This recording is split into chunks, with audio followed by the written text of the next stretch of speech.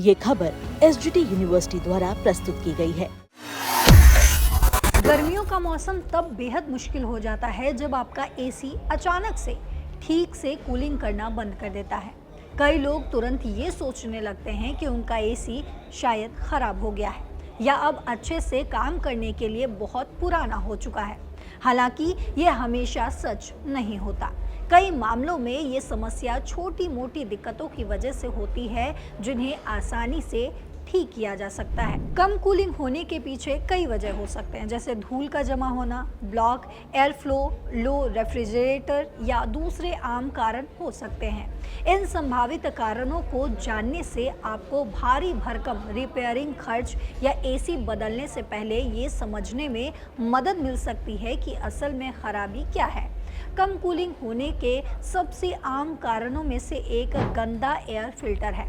समय के साथ फिल्टर पर धूल या और गंदगी जमा हो जाती है, जो एयर फ्लो को ब्लॉक कर देती है।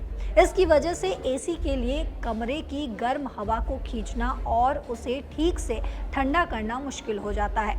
फिल्टर्स की नियमित सफाई से एयर फ्लो बेहतर हो सकता है और एसी को तेजी से ठंडा करने में मदद मिल जाता है। वहीं ज़्यादातर फिल्टर्स को पानी से आसानी से धोया जा सकता है और सुखाने के बाद दोबारा इस्तेमाल किया जा सकता है। रेफ्रिजरेटर दरअसल एसी के अंदर की कूलिंग गैस होती है। ये कमरे की गर्मी को सोखती है और ठंडी हवा बनाने में मदद करती है। अगर रेफ्रिजरेटर का लेवल कम हो जाता है तो एसी प्रभावी ढंग से कूलिंग करना बंद कर सकता है। ऐसा आमतौर पर सिस्टम में किसी लीक के कारण होता है। इसके कुछ कॉमन साइन में रेफ्रिजरेटर लाइन पर बर्फ जमना या यूनिट से हिंसिंग साउंड आना शामिल है। ऐसे मामलों में प्रोफेशनल रिपेयरिंग की जरूरत होती है। थर्मोस्टेट आपके एसी के टेम्परेचर सेटिंग्स को कंट्रोल करता है।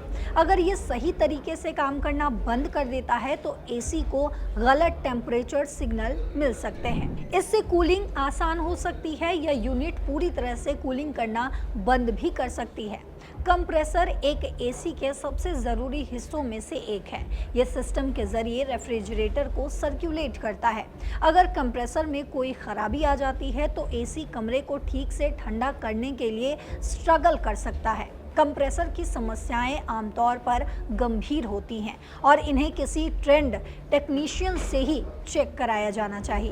कभी कभी समस्या खुद एसी में नहीं होती। अगर एसी की कैपेसिटी कमरे के साइज के हिसाब से बहुत छोटी है तो हो सकता है कि वो उस एरिया को एफिशिएंटली ठंडा ना कर पाए। बेहतर कूलिंग के लिए कमरे के साइज के आधार पर सही एसी साइज सेलेक्ट बहुत ज़रूरी है। किसी टेक्नीशियन को बुलाने से पहले कुछ बेसिक चीज़ें खुद चेक करके देखें। एयर फिल्टर्स को साफ करें और सुनिश्चित करें कि आउटडोर यूनिट धूल, पत्तियों या गंदगी से ब्लॉक ना हो। नियमित सफाई से अक्सर कूलिंग परफॉर्मेंस में सुधार हो सकता है। अगर इसके बाद भी एसी ठीक से ठंडा नहीं करता है तो बेहतर होगा कि आप किसी प्रोफेशनल टेक्नीशियन से संपर्क करें। रेगुलर सर्विसिंग से बड़ी समस्याओं से बचने और भीषण गर्मी के दौरान एसी को ठीक तरीके से चलाने में मदद मिल सकती है। तो इस भीषण गर्मी में आपकी एसी कैसी चल रही है? क्या कोई गड़बड़ी आ रही है? आप हमें कमेंट बॉक्स में ज़रूर बताते जाइएगा। साथ ही देश और दुनिया की तमाम खबरों के लिए लगातार देखते रहिए, जुड़े रहिए दैनिक जागरण के साथ। नमस्कार।